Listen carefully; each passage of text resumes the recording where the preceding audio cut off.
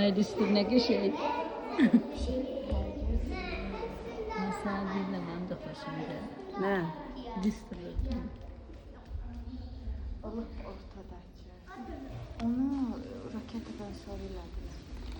Onlar. Ama yanmır ha. Şeylerden çıkardıklar. Mampuşkalar yandı.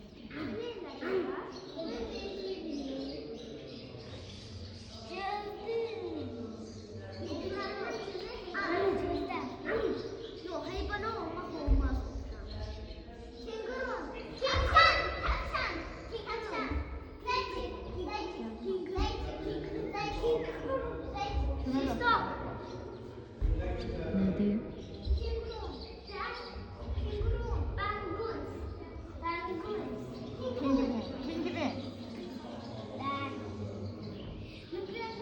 Pingvin nie tak idzie.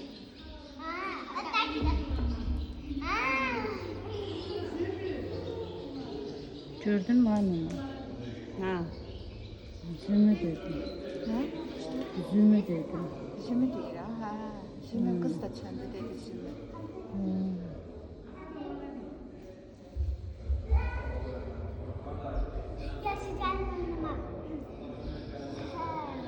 Ay Mədinə, qızın adı nə idi? Mədinə, Gülay, qızın adı nə idi? Birinci zümüdür, ikinci qazan. O neydi ya?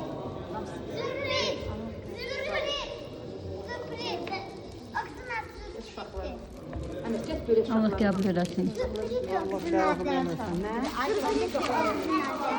Nə idi?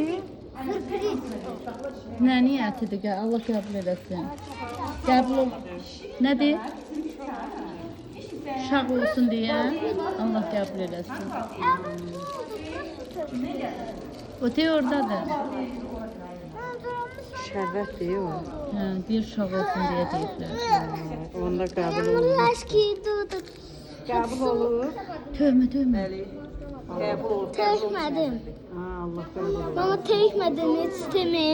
Allah qəbul eləsin. Mama içtim Allah hamsını. sən də bunu iç. Sağ ol. Yaxşı ama sağ ol. Yox, mən Az buramı vardı. Yok. Cevabımla bir içersek, bir içersek sağ ol. olsun o. Yok bu benim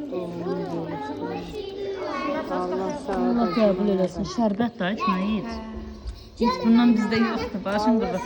Əslində qəşəkdədir. Hikmət eləsin, Allah bunu. Amin.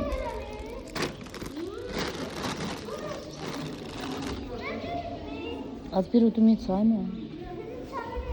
Tat şekerini kalacak. Pizza udum. Ay çinzini içme. Çinzini içme. Esnaf çok içme. Limonlu da kesin. Hep tut ayağımın dibinde. Al sen de özünkini. Bismillahirrahmanirrahim. Ha uşaqlar. Leyla. Leyla.